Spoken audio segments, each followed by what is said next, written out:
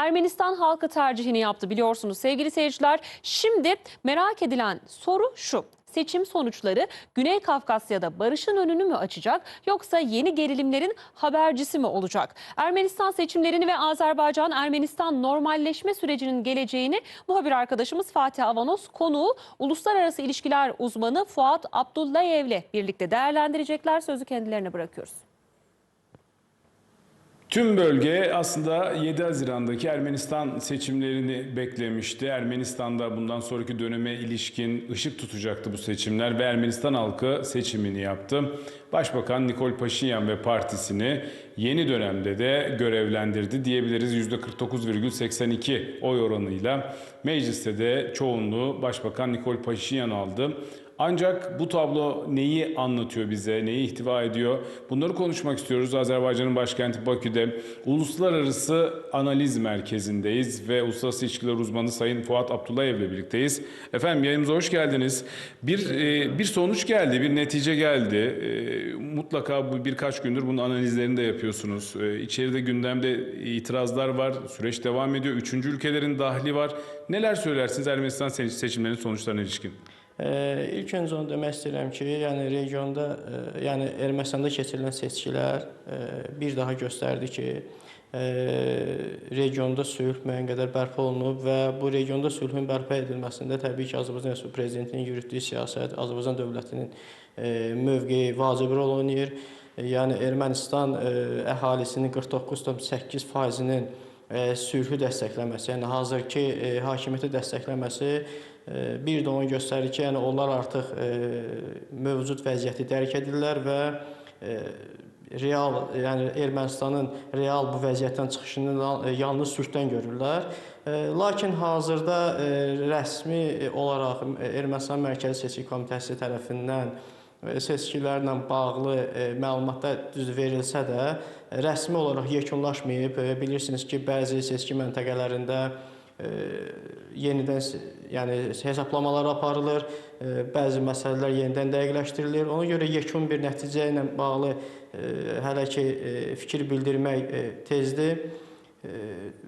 Hazırda bilirsiniz ki, yani... Ama şunu söylemek istiyorum, burada araya girmek istiyorum. 2020 44 günlük muharebeden hemen sonra erken seçkilere gitmişti Ermenistan. Orada da Ermenistan halkı aslında Paşinyan'a devam demişti. Bugün de bakıyoruz yine %50 oranda, ciddi bir oran. Biraz düşme olsa da oy oranında ama gerçekten çok daha dışarıdan... Çok seçimlere de müdahale edildi. Ticaret anlaşmaları askıya alındı. Ermenistan mallarına işte gümrük koyuldu, tarifeler koyuldu. Bu noktada gerçekten dışarıdan çok müdahale oldu. Dışarıdan Ermenistanlılar seçimler için bu noktada uçaklar ayarlandı, getirildi. Gerçekten farklı bir seçimdi ama her şeye rağmen Ermenistan halkının bir istikrar istediğini görüyoruz. Bundan sonrası için neler konuşabiliriz? Merkez Seçim Komitesi Ermenistan'da seçkileri onayladı. Tamam bu sonuçlar doğrudur dese nasıl bir tabloyla karşı karşıya olacağız? Anayasa değişikliğiyle ilişkin neler söylersiniz? Bəli, düz deyirsiniz. Yəni bu seçkiləri Ermənistan mətbuatında da izləsək, Ermənistan dövlətinin rəsmi nümayəndələrinin açıqlamalarını da görsək, görürük ki, xaricdən müdaxilələr çox böyük olub. Həqiqətən də sizin sözünüzdə yəni həqiqət var. Yəni insanlar gətirilib müxtəlif deyək ki, nəqliyyat vasitələri ilə Ermənistana daşınıb və səs veriblər. Yəni bunu Ermənistan dövlət rəhbərləri də təsdiq edirlər. Qaldı ki, sizin dediyiniz məsələ ilə bağlı hazırda yenə deyirəm, Mərkəz Seçki Komitəsində, yəni Mərkəz Seçki Komitəsində yekun qərar verilmədiyi üçün konstitusiyanın dəyişdirilməsi ilə bağlı və referenduma gedirilməsi ilə bağlı da müəyyən suallar hələ ki havada qalır.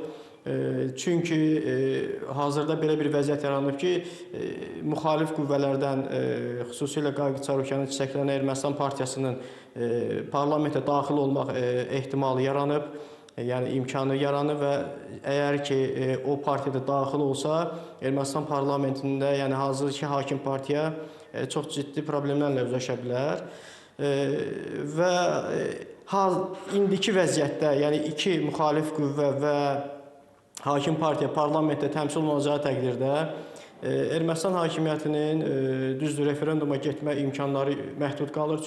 Çünki referenduma getmək üçün millət vəkillərinin 3/2 deyək ki, səs çoxluğu əldə etməsi lazımdır və hazırda 64 mandatla hakim partiya bunu əldə edə bilmir.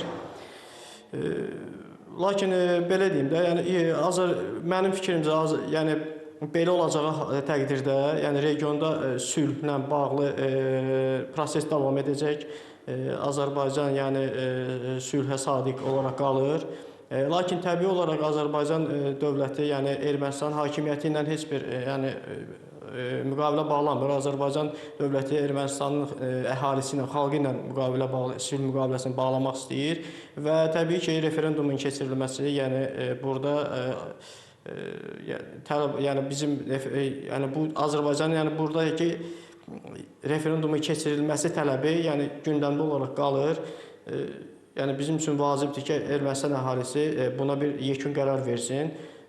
Çünki sabahlarım hakimiyyət dəyişəcək təqdirdə yəni yenidən bu 90-cı illərə qayıda bilərik. Çok sağ olun, çok teşekkür ederiz. Azerbaycan aslında Bakü'nün görüşü, Fuat Bey de ifade etti. Kalıcı bir barış, daimi bir barış. Bunun içinde tabii ki referandum ve anayasadaki değişiklikler çok önemli. Azerbaycan bu noktada Ermenistan Merkez Seçim Komisyonu'nun tabii ki son kararı da bekleniyor. Bundan sonrası o son karardan sonra meclisteki tablo netleştikten sonra çok daha açık hale gelecek. Ama şunu görüyoruz, Ermenistan'da iktidardaki parti Nikol Paşinyan barışa yönelik kararlılığını sürdürüyor. Hem Azerbaycan hem Türkiye'ye yönelik de pozitif mesajlar veriyor. Ermenistan seçimlerine ilişkin mevcut durumu, oradaki değerlendirmeleri, tartışmaları da Fuat Bey ile ele aldığımızı ifade edelim. Başkent Bakü'de son notlar bu şekildeydi. Sözü yeniden size bırakalım. Ermenistan seçimlerini ve Erivan'da seçim sonrası yeni dönemi değerlendirdi. Muhabir arkadaşımız Fatih Avanos ve değerli konuğu